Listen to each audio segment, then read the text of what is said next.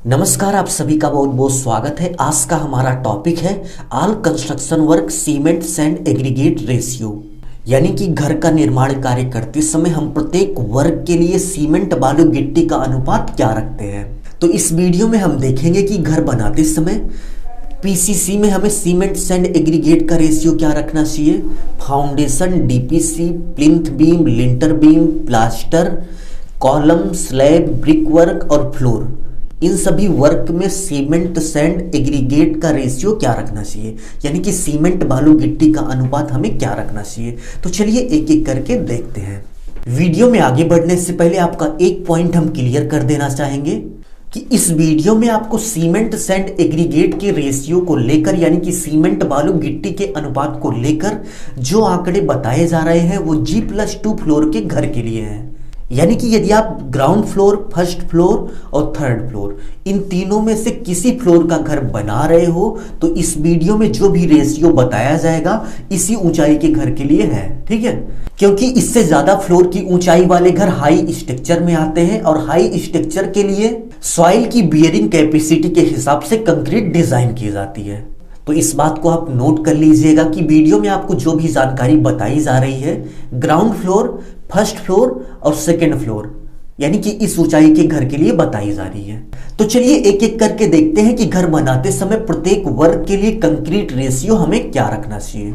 घर बनाते समय सबसे पहले कुछ इस तरीके से फाउंडेशन पीसीसी वर्क कंप्लीट किया जाता है।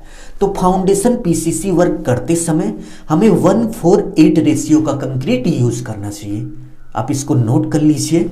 यदि आप ड्राइंग में देखना चाहते हैं तो आप देख सकते हैं कि ड्राइंग में यहाँ पर पीसीसी लेयर दी गई है और पीसीसी लेयर के लिए जो कंक्रीट रेशियो है 1:4:8 का है, यानी कि 1 बैग आपका सीमेंट हो गया, 4 बैग आपका सैंड यानी कि बालू हो गया और 8 बैग आपका कोर्स एग्रीगेट यानी कि गिट्टी हो गई, ठीक है। सेकेंड पॉइंट की बात करें तो पीसीसी वर्क कंप्लीट होने के बाद हम कुछ इस तरह से फाउंडेशन बनाते हैं। तो फाउंडेशन बनाते समय हमें जो कंक्रीट रेशियो यूज करना चाहिए कुछ इस प्रकार है। हमारा कंक्रीट रेशियो कुछ इस तरीके से होगा, 1 बैग आपका सीमेंट हो गया, 2 बैग आपका सैंड यानी कि बालू हो गया और 4 बैग आपका कोर्स एग्रीगेट यानी कि गिट्टी हो गई।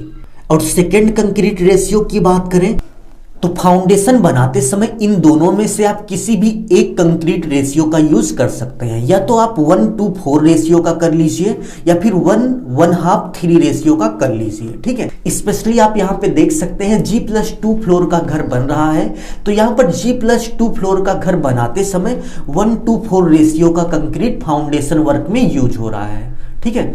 तो फाउंडेशन बनाते समय आप इन दोनों कंक्रीट रेशियो में से किसी भी एक का यूज कर सकते हैं। हमारा नेक्स्ट पॉइंट है कि डीपीसी बनाते समय हम किस रेशियो का कंक्रीट यूज करते हैं। तो डीपीसी के लिए सिंपली आप 1:4 रेशियो का कंक्रीट यूज करेंगे। 1 बैग आपका सीमेंट हो गया, 2 बैग आपका सैंड हो गया और 4 बैग आपका एग्रीगेट यानी कि गिट्टी हो गई, ठीक है। नेक्स्ट पॉइंट पे आते हैं कि घर का प्लिंथ बीम बनाते समय किस रेशियो का कंक्रीट हमें यूज करना है। आप देख सकते हैं कि घर का प्लिंथ बीम हम कुछ इस तरह से बनाते हैं। घर का प्लिंथ बीम बनाते समय हम जो कंक्रीट यूज करेंगे कुछ इस तरीके से होगी। 1 बैग आपका सीमेंट हो गया, 2 बैग आपका सैंड हो गया और 4 बैग आपका एग्रीगेट हो गया। इसी तरह से प्लिंथ बीम बनाते समय एक रेशियो और है जिसका यूज आप कर सकते हैं। 1 बैग आपका सीमेंट, 1.5 बैग आपका सैंड हो गया यानी कि बालू और 3 बैग आपका एग्रीगेट हो गया। तो प्लिंथ बीम बनाते समय इन दोनों में से आप किसी भी एक रेशियो का उपयोग कर सकते हैं। आप देख सकते हैं यहाँ पर प्लिंथ बीम बन रहा है तो यहाँ पर जो कंक्रीट रेशियो यूज हो रहा है 1:4 का हो रहा है, ठीक है। नेक्स्ट पॉइंट पे आते हैं कि लिंटर बीम बनाते समय हम किस रेशियो का कंक्रीट यूज करते हैं। तो लिंटर बीम बनाते समय 1 बैग आपका सीमेंट हो गया, 2 बैग आपका सैंड यानी कि बालू हो गया और 4 बैग आपका एग्रीगेट हो गया यानी कि गिट्टी, कोर्स एग्रीगेट, ठीक है। हमारा नेक्स्ट पॉइंट है कि प्लास्टर वर्क करते समय हम किस रेशियो का मोर्टार यानी कि मसाला यूज करते हैं। तो प्लास्टर करते समय हम सीमेंट और सैंड को कुछ इस तरीके से मिक्स करके मोर्टार यानी कि मसाला बनाते हैं। तो प्लास्टर करते समय सिंपली आपको 1:4 रेशियो का मोर्टार यूज करना चाहिए। 1/4 का मतलब हुआ आपका 1 बैग सीमेंट होना चाहिए और 4 बैग आपका सैंड होना चाहिए, ठीक है। और इसके अलावा भी एक रेशियो है 1:5 का।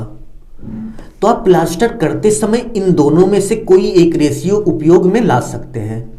आप देख सकते हैं यहाँ पर प्लास्टर वर्क हो रहा है, तो यहाँ पर जो मोर्टार रेशियो यूज हो रहा है 1/4 का यूज हो रहा है।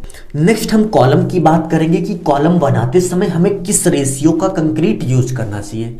आप देख सकते हैं कि हमारा कॉलम कुछ इस तरह से बनाया जाता है। शटरिंग करके हम कंक्रीट फिलअप कर देते हैं और हमारा कॉलम बनकर तैयार हो जाता है। आप देख लीजिए।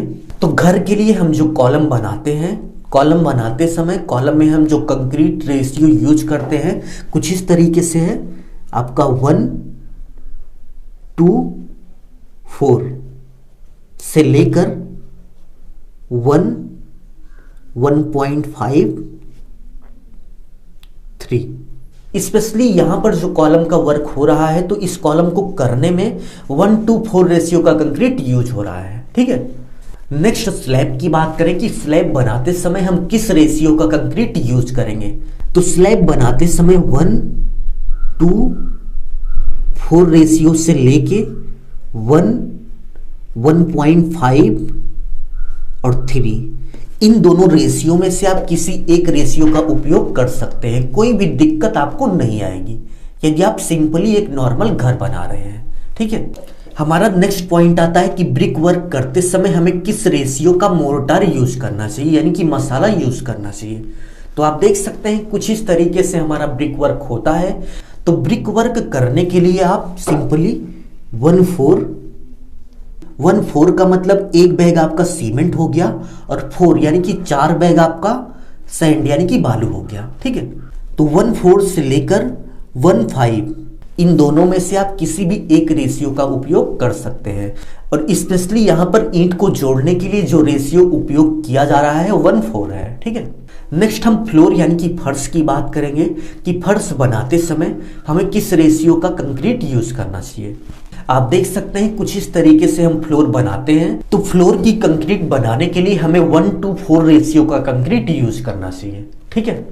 सो यदि आप एक सिविल इंजीनियर हैं या फिर कंस्ट्रक्शन का वर्क आप कराते हैं या फिर आप लेबर मिस्त्री कुछ भी हैं, तो आप इन सभी पॉइंट को अच्छे से कहीं नोट कर लीजिए। और घर बनाते समय यदि आप एक छोटी ऊंचाई का घर बना रहे हैं तो घर बनाते समय इन्हीं सब कंक्रीट रेशियो का उपयोग करिए, जिससे आपका घर मजबूत से मजबूत बन सके।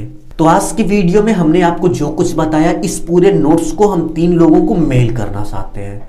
तो कमेंट बॉक्स में अपनी ईमेल आईडी के साथ कमेंट कीजिए। तो जिन 3 लोगों का सबसे पहले ईमेल आईडी के साथ कमेंट आएगा, उन 3 लोगों को यह पूरा टॉपिक पीडीएफ फॉर्मेट में मैं मेल कर दूंगा, ठीक है। यदि आपको यह टॉपिक अच्छा लग रहा है तो प्लीज़ वीडियो को लाइक कर दीजिए। और यदि आप चैनल पर नए हो तो चैनल को सब्सक्राइब कर बेल आइकन प्रेस कर लीजिए, जिससे आगे आने वाली अच्छी अच्छी वीडियो की नोटिफिकेशन आपको मिलती रहे। अभी के लिए बस इतना ही। अपना ख्याल रखिए और अपने मम्मी पापा का अपने से भी ज़्यादा ख्याल रखिए। इसी भाव के साथ आपसे विदा लेते हैं। धन्यवाद।